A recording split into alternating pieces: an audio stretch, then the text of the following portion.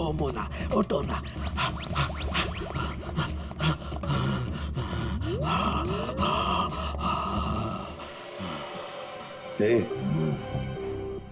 सोलंकी, क्या हुआ बे? रेनप्रोड्यूट ही क्या? ये एक तरह की नशीली दवाई है। तो ये बात है। और ये देखो, ये इसकी पैकेजिंग एकदम असली है। तेरा कहने का मतलब है कि नकली दवाइयां असली पैकेजिंग में है? और हाँ, याद आया, तुम पूछ रहे थे ना विनोद उस गोली से क्यों नहीं मरा जो उसके सीने में थी। हाँ, मैंने पता कर लिया बॉस, वो उससे क्यों नहीं मरा। ये देखो, दरअसल विनोद एक सिक्योरिटी गार्ड था। जिस टाइम वो सिक्योरिटी गार्ड था 6 साल पहले वहां पर एक रॉबरी हुई। रॉबरी में इसे गोली लगी। डॉक्टर ने ऑपरेशन किया लेकिन गोली अंदर ही रहने दी। गोली निकालता तो विनोद की जान को खतरा था। यार सालुंकी, फिर वही सवाल, अगर विनोद इस गोली से नहीं मरा तो फिर मरा कैसे? और हाँ बस, याद है मैंने आपको कुछ सफेद सफेद चांदी के टुकड़े दिखाए थे। बॉस, मैंने उस सारे टुकड़े जोड़े, ये देखो, ये बना। यार सालुंकी, ये तो कोई चांदी का सिक्का लगता है, सिल्वर कॉइन नहीं है।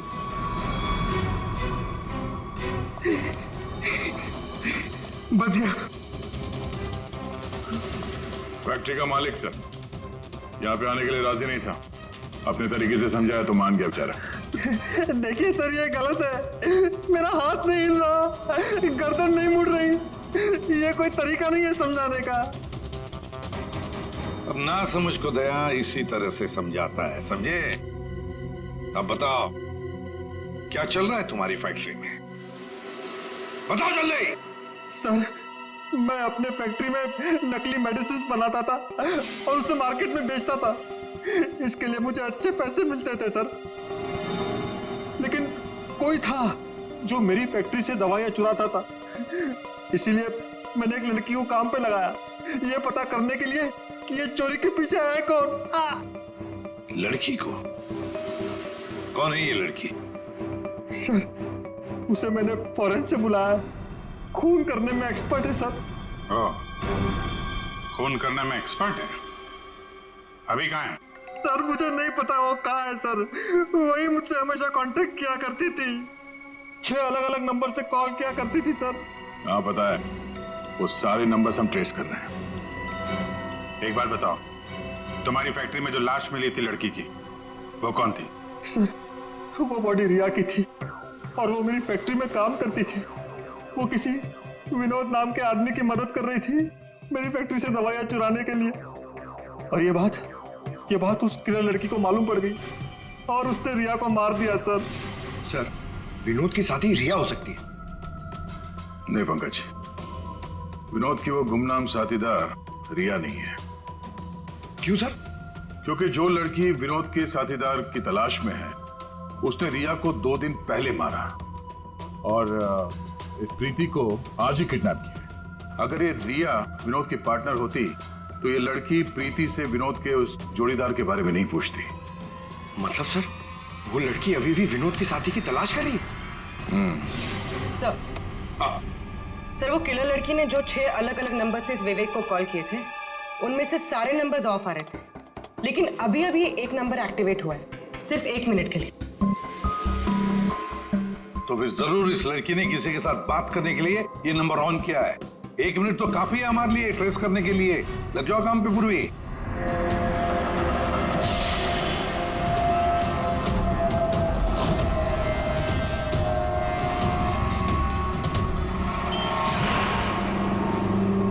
वो किलर लड़की अभी अभी अंदर गई है मेरे सामने से।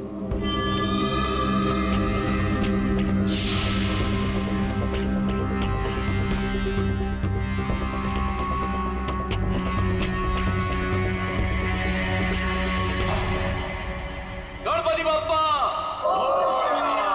मंगल मूर्ति।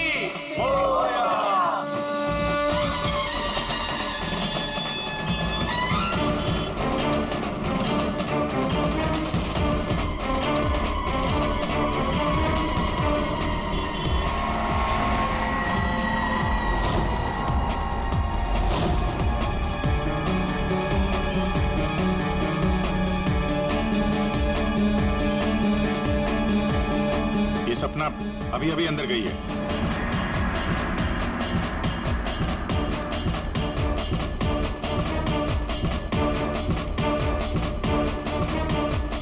ये तो वही है, विनोद की दोस्त।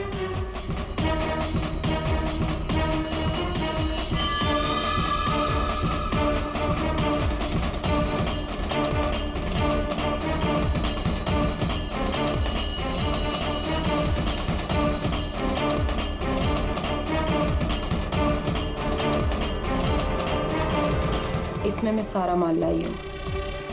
मैं खरीदने से पहले चेक करती हूँ।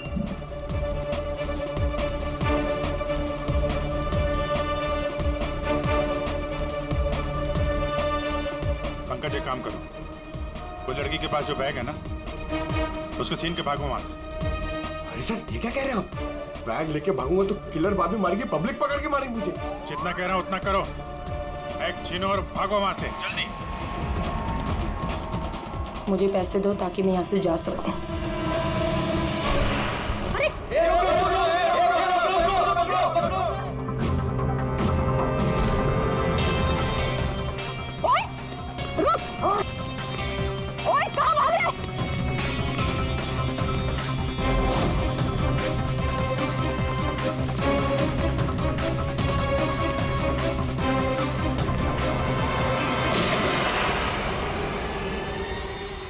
अबे ओ घोचू, चल चल वापस कर, जल्दी का छोड़ कर।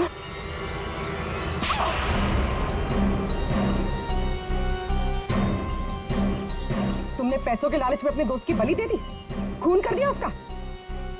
ये गलत है। मैं और विनोद तो साथ में काम किया करते थे। मैं रिया की हेल्प से नकली दवाइयाँ चुराती थी और विनोद उन नकली दवाइयों को बॉस तक पहुंचाता था। और इस काम के लिए बॉस हमें ढेर सारे पैसे देते थे। कौन है तुम्हारा बॉस? सब वो तो हमें नहीं पता, क्योंकि विनोद ही उनसे डील किया करता था। प्लान बहुत अच्छा था, विनोद को रास्ते से हटाकर नकली दवाइयों का धंधा खुद चलाना। हाँ? मेरा विनोद की मौत से कोई लेना देना नहीं।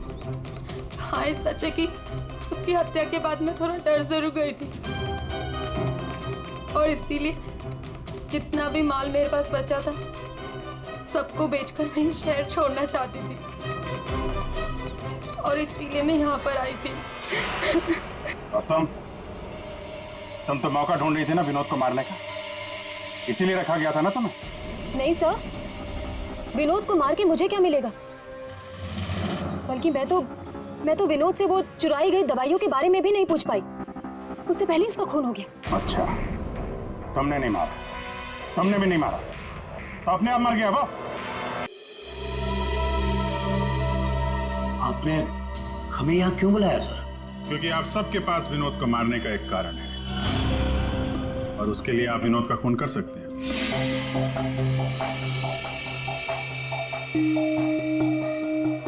सर, ये आप लोग क्या कह रहे हैं? विनोद मेरा बेटा था। लालच, ईर्ष्या, जलन, बदला, गुस्सा, इतने सारे कारण थे आप लोगों के पास विनोद का खून करने के लिए। सर, विनोद मेरा भाई था, हम क्यों मारेंगे उसे? आप लोगों को विनोद भैया का कातिल नहीं मिल रहा, इसलिए आप लोग हमें फंसाने के लिए कहानी बना रहे हैं। विनोद का खून हमें मिल चुका है। विनोद का खून एक सिल्वर कॉइन से हुआ है, एक चांदी के सिक्के से, और ये है वो चांदी का सिक्का। सर, इस चांदी के सिक्के से? इससे कोई किसी को कैसे मार सकता है? जी हाँ, हमें भी यही लगता था कि एक चांदी के सिक्के से कोई किसी की जान कैसे ले सकता है, लेकिन हमारे फोरेंसिक सर्जन डॉक्टर साळुंखे, उन्होंने जब इसे अच्छी तरह से देखा तो उन्हें मिला इस कॉइन के अंदर एक छोटा सा छेद, और उस छेद के अंदर था एक बॉम्ब।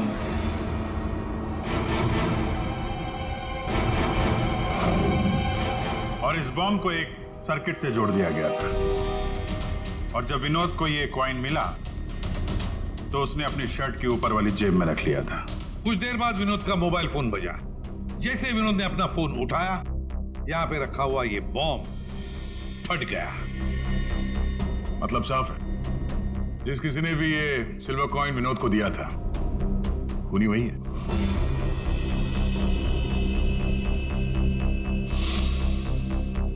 किसने दिया होगा ये कॉइन? सर, कौन है खूनी? खूनी आप सब में से कोई एक है।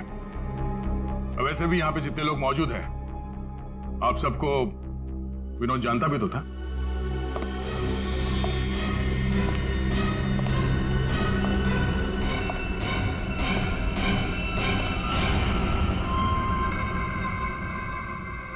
क्या बात है सर, आपने मुझे बुलाया? अरे सुभाष जी, आइए आइए आइए, आपका ही वेट कर रहे थे हम लोग। क्या केस जरा उलझ गया है, आपकी थोड़ी मदद चाहिए थी। हमारे पास कुछ है जो शायद हमें लगता है कि आपका है। और ये है वो चीज।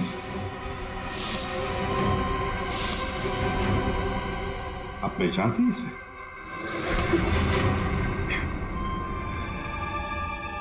विनोद को तो तुमने ये सिल्वर कॉइन गिफ्ट किया, रिटर्न गिफ्ट भी ले जाओ।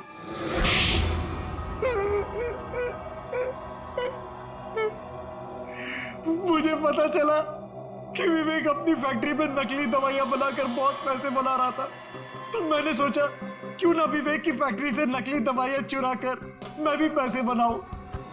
इसके लिए मुझे एक आदमी की जरूरत थी जो उसकी फैक्ट्री से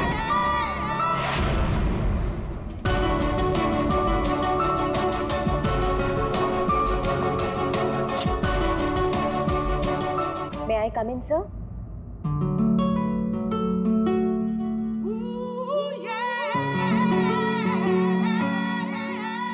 Yes, come in.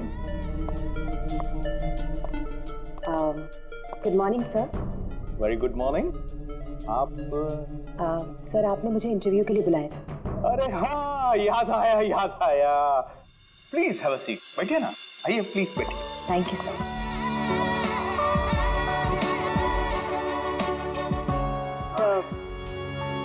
This is my CV। इसकी कोई जरूरत नहीं है, मैं देखकर ही जान जाता हूँ कि कौन मेरे कितने काम का है।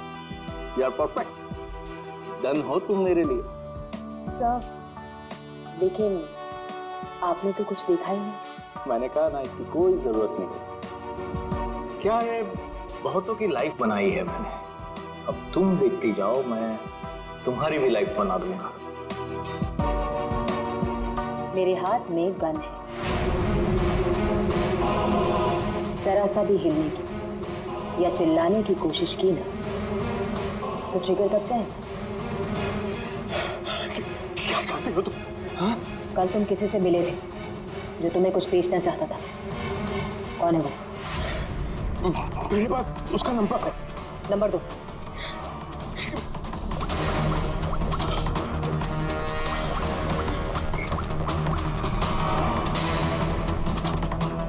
तो विनोद नाम है इसका।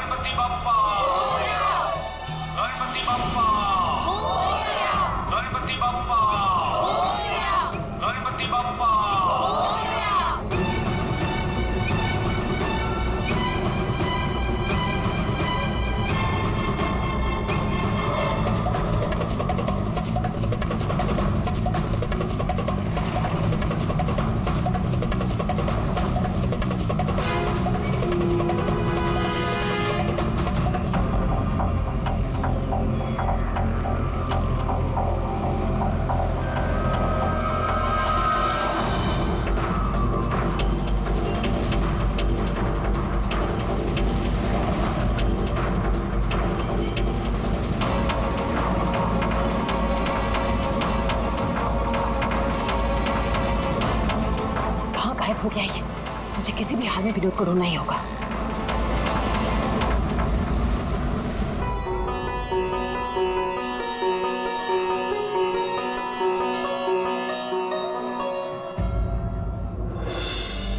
अरे प्रीति बेटा, ये विनोद कहाँ चला गया? तुम्हें कुछ बोल के गया है क्या? नहीं बाबा। अजीब लड़का है, गणपति के दर्शन करवाने खुद लेकर आया जिद करके और खुद ही गायब हो गया। अब बाबा आप शांत हो जाइए। जाओ देखो मैं अभी जाके देखती। हाँ जाओ।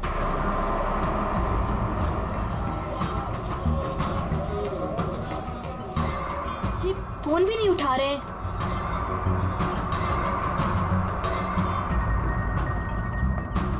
बाबा। हेलो प्रीति, अरे बेटा कहाँ हो तुम? हाँ मैं घर तक आई हूँ विनोद भैया को लेने, बस 2 मिनट में उन्हें लेकर आ रही हूँ। बेटा देखो आरती का वक्त हो रहा है, तुम विनोद को लेकर जल्दी आ जाओ। भैया।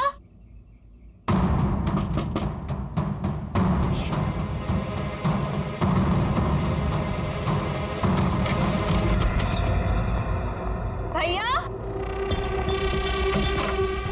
भैया।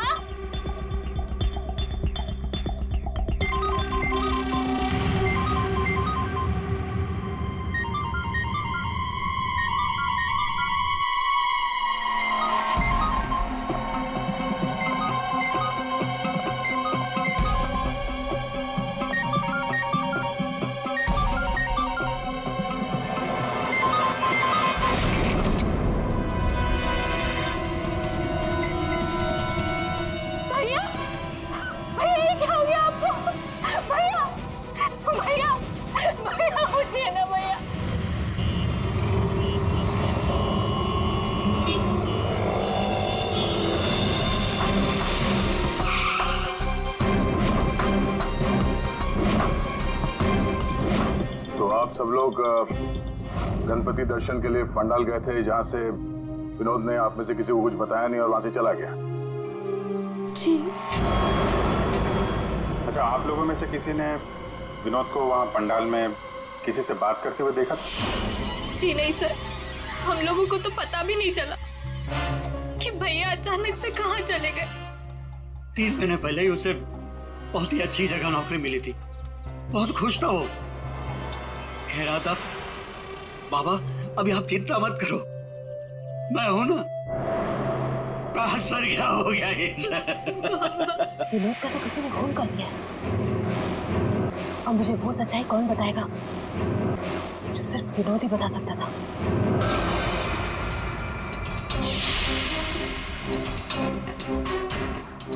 सर सीने में घाव का निशान, देखकर लगता है कि गोली लगी, लेकिन अजीब बात यह है कि गोली शरीर से बाहर निकली नहीं, शायद अंदर ही रह गई।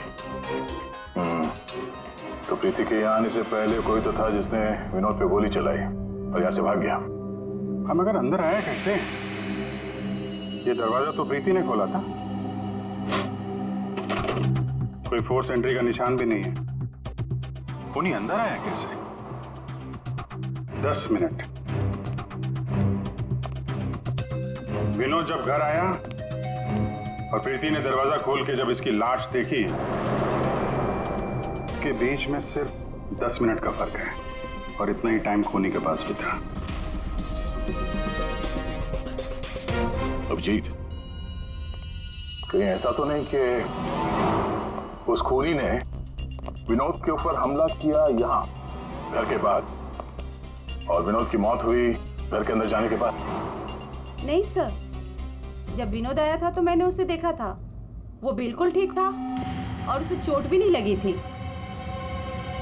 तो आखिरी बार विनोद को आपने देखा था? शायद। आप कौन है? अब ये इनकी पड़ोसन है। और आप कौन है? मैं सपना, प्रीति और विनोद की दोस्त। सर,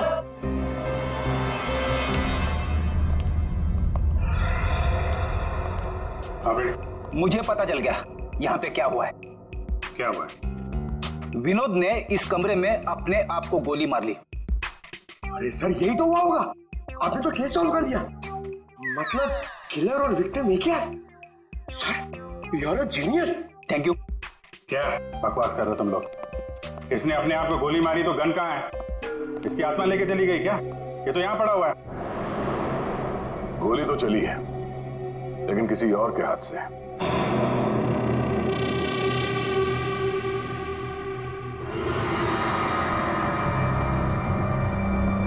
इसकी उंगली तो चली हुई है। आसपास देखते हैं।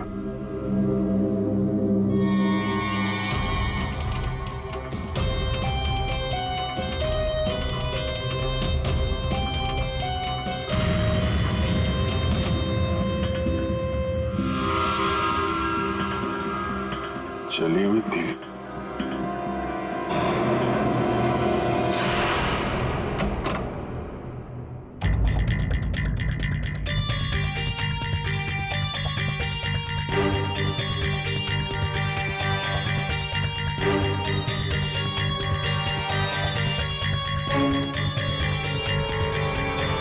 क्या?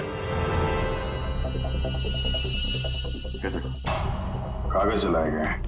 शायद इस विनोद ने जलाया होगा, तभी उसकी उंगली जल गई। है क्या इस कागज में? बॉस, जिस गोली को आप लोग तलाश कर रहे हो दरअसल यहाँ छिप करके बैठी है। ये देखो, विनोद के सीने में जाकर के अटक गई है। जिस गोली से विनोद की मौत हुई है वो उसके शरीर से बाहर कहीं नहीं। जहां विनोद की लाश मिली वहां पर कोई गन नहीं थी।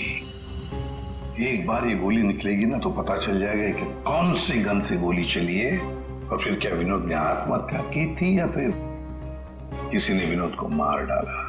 बिल्कुल बॉस, लेकिन अभी मैं आपको एक और जरूरी चीज दिखाना चाहता हूँ। एक जला हुआ कागज का टुकड़ा। काफी कुछ जल चुका है, लेकिन मैंने थोड़ा बहुत रिकवर कर लिया है, बचा लिया। इस पर कुछ खास लिखा हुआ है। TTH.ENT।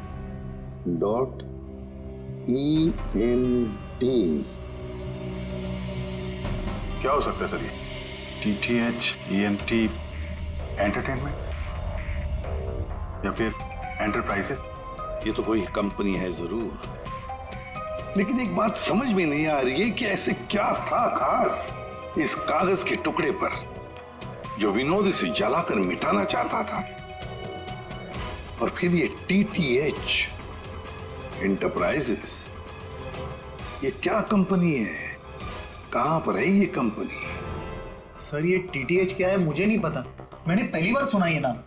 विनोद की लाश के पास से हमें एक जला हुआ कागज मिला था, उस पर TTH लिखा था। विनोद आपकी कंपनी में काम करता था, तो हमें ऐसा लगता है कि TTH का और आपकी कंपनी से कोई ना कोई कनेक्शन जरूर है। विनोद का खून हो गया, उसके बारे में कुछ पता है आपको? देखिए सर, सर एक सेकंड सर, मैं बताता हूँ आपको। सर सुभाष सर तो एक नेक दिल इंसान है, ये शायद आपको वो बात नहीं बता पाएंगे। वो बात? कौन सी बात? यही कि सुभाष सर ने विनोद को यहाँ काम पर रखा, लेकिन उसने इसके बदले में अरुण। सर प्लीज मुझे कहने दीजिए। सर विनोद यहाँ पिछले 1 महीने से काम पर नहीं आया। लेकिन विनोद के पिता ने हमसे कहा कि वो हर रोज उसे ऑफिस के बाहर छोड़ के जाते थे। हाँ सर, लेकिन वो अंदर नहीं आता था, और उसके ना आने की वजह से सर आपको पता है सुभाष सर का कितने का नुकसान हुआ है। विनोद को लेकर तुम्हारे अंदर काफी गुस्सा है, हाँ? तुम हो कौन और ये तुम्हारे चेहरे पे क्या हुआ? सर मैं अरुण, मैं यहाँ पे काम करता हूँ। सर एक दिन मैंने विनोद को ऑफिस के बाहर पकड़ लिया था, जब उसके पिताजी उसे ऑफिस के बाहर छोड़कर जा रहे थे। सर मैंने उसे बहुत सुनाया, यहाँ तक कि उसको ऑफिस ना आने के लिए भी मैंने उसको बहुत कुछ कहा सर, लेकिन उसने मुझसे लड़ाई कर ली, और ये उसी की वजह से हुआ है ये। आपको विनोद ने कुछ बताया था कि किस नई कंपनी में काम करने जा रहा है वो? सर मैंने विनोद से पूछा, लेकिन उसने मुझे कुछ नहीं बताया। अब इससे ज्यादा आप विनोद के बारे में मुझसे कुछ भी पूछेंगे तो मेरा जवाब ना ही होगा। तो इस विनोद ने पिछले महीने TTH कंपनी में ही काम किया होगा। पंकज, उसके पिछले महीने की कॉल डिटेल्स निकालो, उसकी लोकेशन चेक करो, पता चल जाएगा कहाँ जाता था वो। ये वही जगह है जहाँ विनोद इस महीने लगातार आ रहा था। इसके फोन की लोकेशन भी यही बता रही है। ये लो, वॉच पे तो दिन में ही सो रहा है, ड्यूटी का खाक करता होगा ये। उठ। अबे उठ। कौन हो भाई? ये TTH एंटरप्राइजेस के बारे में कुछ पता है? नहीं मालूम। अगर मालूम भी है तो आपको क्यों बताऊं? अजीब गुंडा कर दिया।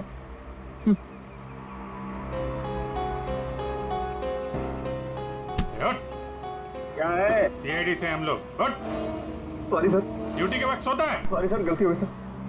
सर ये टीटीएच का ऑफिस इसी बिल्डिंग में। इसे पहचानते हो? साहब ये तो विनोद साहब हैं। ये टीटीएच कंपनी में काम करते हैं। कौन कौन काम करता है इस ऑफिस में? साहब और लोगों को तो नहीं पता, विनोद साहब को आते जाते देखा है मैंने। साहब कोई बात है क्या? कल एक मैडम आई थी, विनोद साहब के बारे में पूछताछ कर रही थी, और आज आप लोग आए हैं। कौन? क्या नाम है, कुछ मालूम है? हमने उनका नाम तो नहीं पूछा, लेकिन मैडम बहुत सुंदर थी। अच्छा, उस सुंदर मेम साहब का स्केच बनवा सकते हो? हाँ सर। पंकज, स्केच आर्टिस्ट को बुलवा। विनोद साहब की ऑफिस का डुप्लीकेट चाबी तो होगी ना तुम्हारे पास? हाँ सर। लो। ड्यूटी के वक्त सोना नहीं, समझे? अब नहीं सोऊंगा साहब। ये गार्ड कुछ अजीब सा बिहेव कर रहा था।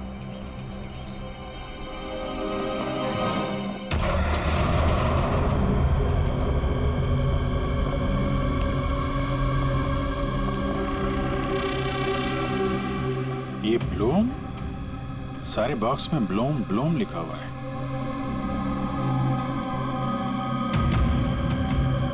है क्या इस बॉक्स में?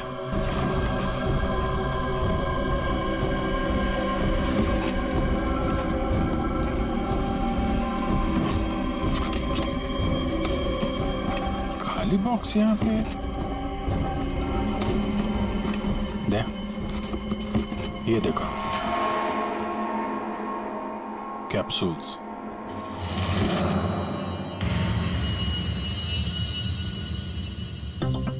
कहीं ये विनोद मेडिसिन वगैरह तो नहीं सप्लाई करता था? ये भी खाली है। खाली? अब ये क्या चक्कर है? कैप्सूल्स खाली, बॉक्सेस खाली, ऑफिस खाली। तो ये विनोद यहाँ करने क्या आता था? सर ये देखिए, ये लेटर हेड है। टीटीएच? ये तो ठीक वैसा ही लेटर हेड है जैसे विनोद ने अपने घर में जलाया था।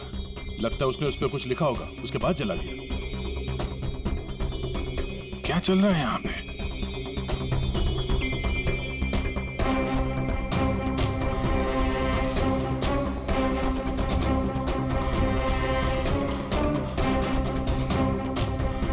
सर? हाँ पूर्वी? सर ये देखिए, इसके अंदर कुछ छुपा कर रखा है। क्या निकालो? देखो, ऑन होता है क्या? ऑन करो। ये तो किसी जगह का सीसीटीवी फुटेज है। लाइव है यार ये तो।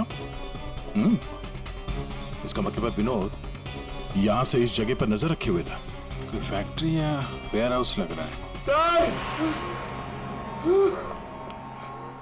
स्केच! आखिर ये लड़की है कौन, और क्यों पड़ी थी विनोद के पीछे? बस विनोद के शरीर में, उसकी छाती के पास में जो गोलियां में मिली है, विनोद की मौत उस गोली से नहीं हुई। क्या?